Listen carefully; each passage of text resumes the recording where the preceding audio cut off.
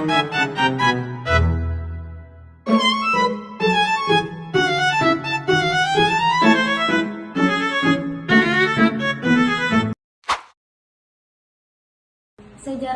BPK. BPK dibentuk pada tanggal 1 Januari 1947 yang berawal dari Lembaga Pemeriksaan Belanda Hindia. Awalnya presiden diberikan kedudukan yang paling tinggi di atas keuangan negara, tetapi pada TAP MPRS nomor 10 mengembalikan BPK sebagai lembaga tertinggi keuangan negara tersebut. Identitas BPK.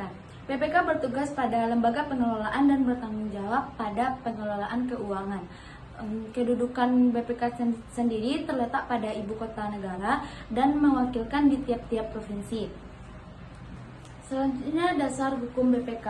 Dasar hukum BPK terletak pada Undang-Undang Dasar 1945, pasal 23E sampai pasal 23G. Pada pasal 23E berbunyi, BPK bertugas pada pengelolaan dan bertanggung jawab pada sistem keuangan negara. Pada pasal 23F, BPK dibentuk oleh DPR dalam memperhatikan pertimbangan DPD dan diresmikan oleh Presiden. Pada pasal 23G berbunyi BPK berkedudukan di satu negara dan memiliki tanggung jawab di tiap-tiap provinsi. Oke, kita lanjut bagian struktur. Yang pertama ada Sekretariat Jenderal, yang kedua ada Inspektorat Jenderal, yang ketiga ada Badan Perencanaan Evaluasi, dan yang keempat ada Badan Pembinaan dan Pengembangan Hukum Pemeriksaan Keuangan Negara. Dan yang kelima yaitu ada Badan Pendidikan dan Pelatihan Pemeriksaan Keuangan Negara. Yang keenam ada Direktorat Jenderal dari Pemeriksaan Keuangan Negara. Dan selanjutnya yaitu ada staf dari beberapa bidang, yaitu ada pemerintahan daerah, pemerintahan pusat, BUMN, dan lain-lain. Dan selanjutnya yaitu ada kelompok jabatan fungsional. Proses pemeriksaan yang dilakukan oleh BPK secara umum yaitu yang pertama ada perencanaan pemeriksaan, menentukan jenis pemeriksaan, menyusun rencana dan jadwal pemeriksaan. Yang kedua yaitu ada pelaksanaan pemeriksaan, mengumpulkan data dan bukti serta menganalisis atas dokumen, keuangan, dan pelaporan. Selanjutnya yaitu ada penyusunan laporan hasil pemeriksaan atau LHP. Laporan dibuat secara lengkap dan akurat dan melakukan temuan untuk rekomendasi perbaikan. Yang keempat ada penyerahan hasil pemeriksaan. LHP diserahkan ke lembaga terkait seperti DPR, DPD, DPRD, dan sesuai kewenangannya. Yang kelima ada pemantauan tindak lanjut. Dan yang keenam ada pelaporan semester dan laporan tahunan. Oke teman-teman, selanjutnya kita masuk ke bagian mekanisme kerja dari BPK. Yang pertama yaitu ada independensasi, yang kedua ada standar pemeriksaan, yang ketiga ada akuntabilitas dan transparansi, dan selanjutnya yaitu ada pengelolaan sumber daya, dan yang terakhir ada pengawasan internal.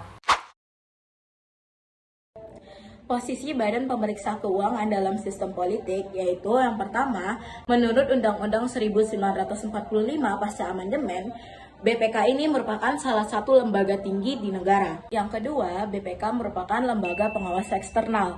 Nah, perlu teman-teman ketahui, BPK ini bukan bagian dari eksekutif. Dia berdiri sendiri, yaitu dia independen. Nah, BPK ini melakukan pengelolaan keuangan atau melakukan audit terhadap pengelolaan keuangan baik dari pemerintah pusat ataupun daerah. Nah, yang terakhir yaitu berkaitan dengan prinsip checks and balance. Nah, BPK ini melakukan checks and balance antara legislatif dan eksekutif, di mana ia mencegah penyalahgunaan kekuasaan melalui pengelolaan keuangan. Nah, teman-teman, selanjutnya kita akan membahas mengenai fungsi dan peran BPK dalam sistem politik Indonesia. Yang pertama itu pemeriksaan keuangan negara, di mana BPK melakukan pemeriksaan terhadap pengelolaan keuangan negara baik dari pemerintah pusat ataupun daerah.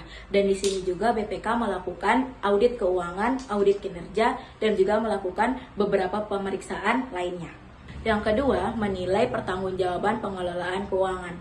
Di sini BPK mengevaluasi pengelola keuangan apakah ia sudah melakukan pengelolaan dengan sesuai aturan dan juga transparan dan juga akuntabel. Lalu yang terakhir yaitu mendeteksi atau mencegah terjadinya KKN. KKN itu sendiri adalah korupsi, kolusi, di mana BPK melakukan pencegahan untuk tidak terjadinya penyalahgunaan kekuasaan melalui pengelolaan keuangan. Isu dan tantangan kontemporer BPK dibagi atas 3 bagian, yaitu yang pertama ada adopsi teknologi dan big data dalam audit. Penelitian determinan niat auditor BPK RI menggunakan teknologi yang berbasis analisis big data. Tantangan yang mereka hadapi yaitu infrastruktur teknologi informasi yang memadai, sehingga sumber daya manusia yang mampu mengelola dan menganalisis data yang besar. Yang kedua ada kompetensi, etika, dan profesionalisme. Penelitian dari berbagai provinsi seperti Sumatera Selatan, Bali, Aceh, dan daerah-daerah lainnya menemukan bahwa kompetensi auditor, etika, dan profesional sangat berpengaruh terhadap kualitas audit dan kinerja auditor. Tantangan yang mereka hadapi yaitu pelatihan yang terus-menerus agar auditor mampu mengikuti perkembangan metode audit terkini. Dan yang ketiga ada temuan dan implementasi rekomendasi audit. Pada BRIN, BPK menemukan masalah yang cukup signifikan dalam pengelolaan belanja modal dan aset tetap peralatan dan mesin pada beberapa satuan kerja. Tantangan yang sering mereka hadapi yaitu seringkali rekomendasi audit tidak segera atau tidak sepenuhnya diikuti tindak lanjutnya, atau tidak ada sanksi atau penegakan apabila terjadi pelanggaran yang ditemukan.